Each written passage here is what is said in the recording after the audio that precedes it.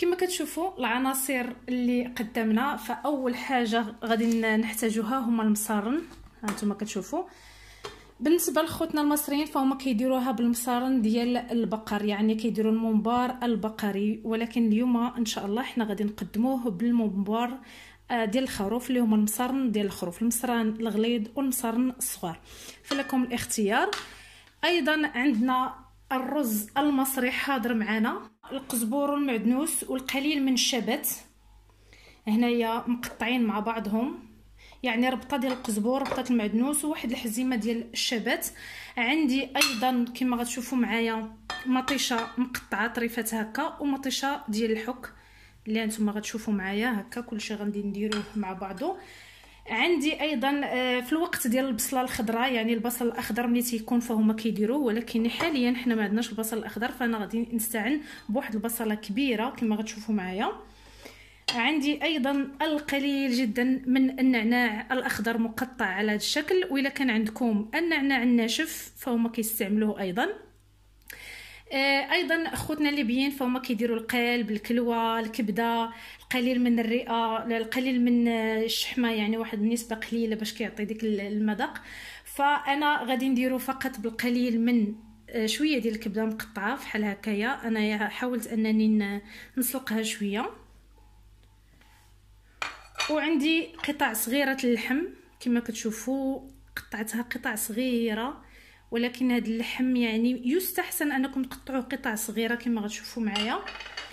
عندي ايضا هنا واحد الكاس ديال يا اما مطيشه محكوكه يا اما مطيشه مسلوقه ومطحونه ومصفيه، انا دائما هذه كتكون عندي، فبالتالي انا غادي ندير هذا النوع ديال الطماطم. وايضا عندي الكركم، عندي البزار، عندي التحميره اللي هي البابريكا، وعندي الملح دائما حسب الذوق. ولكن انا غادي نزيد شنو اللي غادي نزيد السودانيه اللي هي الشطه، ضروري ما غنزيدها كما غتشوفوا معايا هنا. فهادو هما العناصر اللي عندنا. الشطه غادي نخليها اخر حاجه، وغادي نزيد الرز.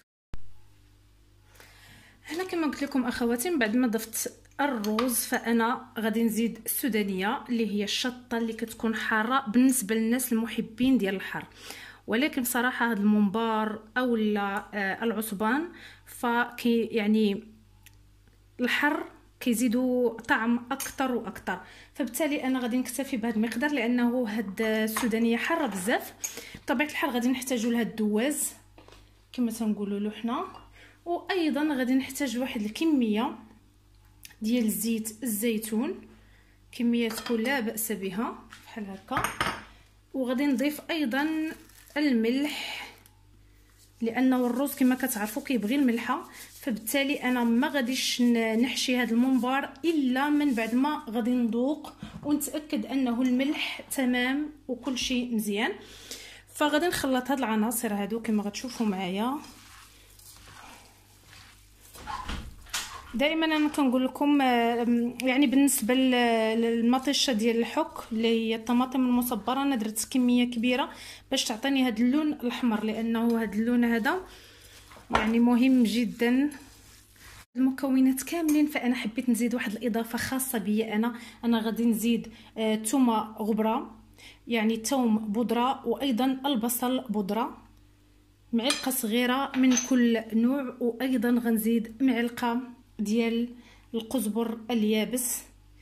هاد التوابل خاصه بغيت انا نضيفها كاضافه خاصه بيا، اللي بغى يضيفها يضيفها واللي ما بغاش لكم الاختيار، وكنكتفيو بداكشي اللي درنا في الاول. الدواز غادي ندير له واحد القليل من زيت الزيتون بحال هكا باش يسهل عليا انني نحط فيه الحشو ويدوز بكل سلاسه بحال هكا كما تشوفوا معايا. ودابا غادي ندوز على بركه الله نشوفوا الطريقه ديال الحشو. هنا اخواتي كما كتعرفوا هذا هو ديك المصرى الغليظ اللي تيكون فيه ديك الشحمه كثيره وغليظه، فحنايا كنكرطوها بالموس، بطبيعه الحال كيتقلب كيتغسل من برا ومن الداخل، كنحيدوا منه ديك الماده اللزجه اللي كتكون فيه، فبالتالي كيسهل علينا اننا نعمروه. وبطبيعه الحال الغسيل ديالو فاحنا كنحتاجو الملحه، كنحتاجو الخل، كنحتاجو ايضا القليل من الدقيق، وتيتغسلوا مزيان. والطريقه وريتها لكم وراه كاينه في القناه ان شاء الله الرحمن الرحيم. هنا كما كتشوفوا معايا اخواتي فما عليكم الا انكم تدخلوا هذا المصران بهذه الطريقه كيجيكم اسهل. غادي نحاول انني ندخل الماكسيموم ديال المصران في هذا المحقن هذا، وغادي نبدا على بركه الله بطبيعه الحال نخلط هذا الزيت بحال هكا، وغادي نبدا على بركه الله بطريقه سهله جدا. هانتوما كما تشوفوا راه ما كيعذبش نهائيا.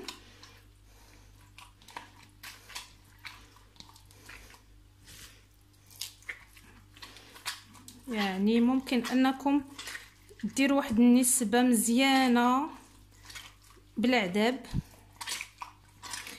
الطريقه هذه ايضا انا تنعمر بها حتى السوسيس للدراري الوليدات. بغيتو تقسموه على جوج ممكن تقسموه، ممكن تقسموه على 3، فلكم الاختيار.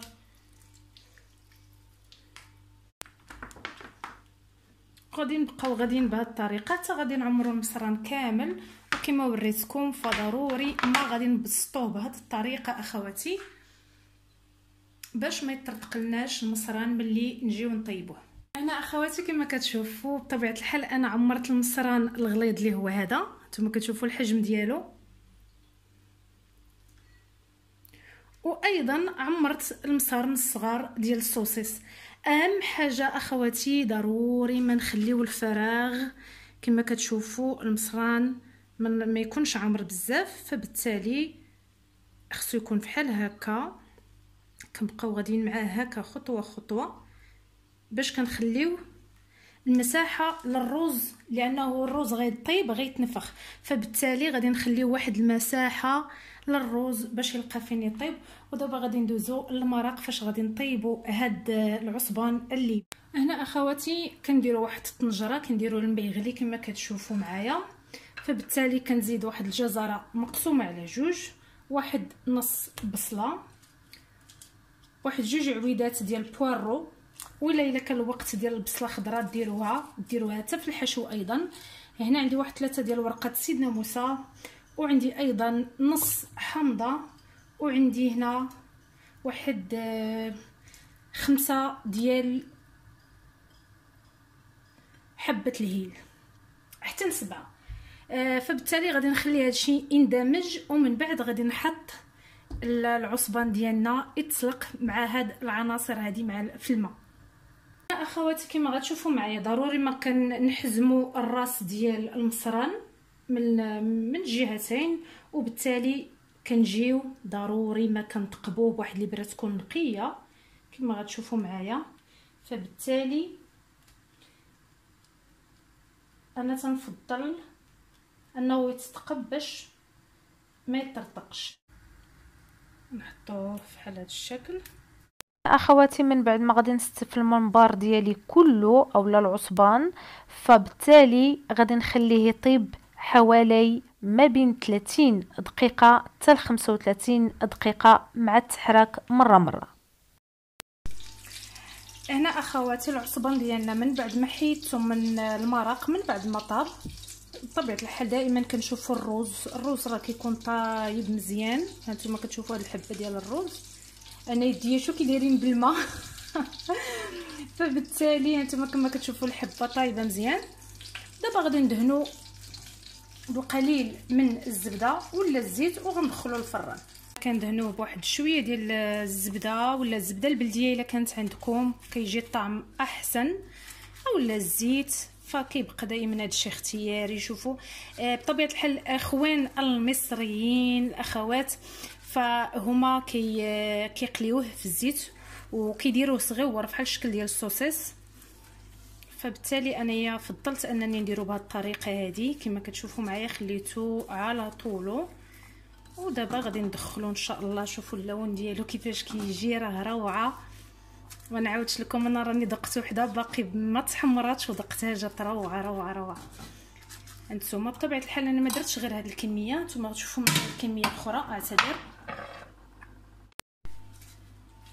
هذا المصارن الصغار هادو اللي كنديروا منهم صوصيص، هانتوما تشوفوا معايا.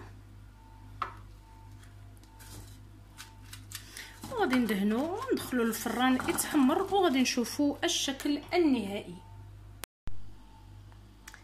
هنا اخواتي كما كتشوفوا معنا العصبان الليبي. كنتمنى انه هذه الوصفه تنال اعجابكم، وكنقول شكرا للمطبخ الليبي اللي عرفنا على هذه الوصفه. ايضا شكرا للمطبخ المصري، حتى هو كيدير تقريبا نفس العناصر، فقط هما ما كيديروش اللحوم. الى هنا نقول لكم دمتم في رعايه الله وحفظه، ومع السلامه.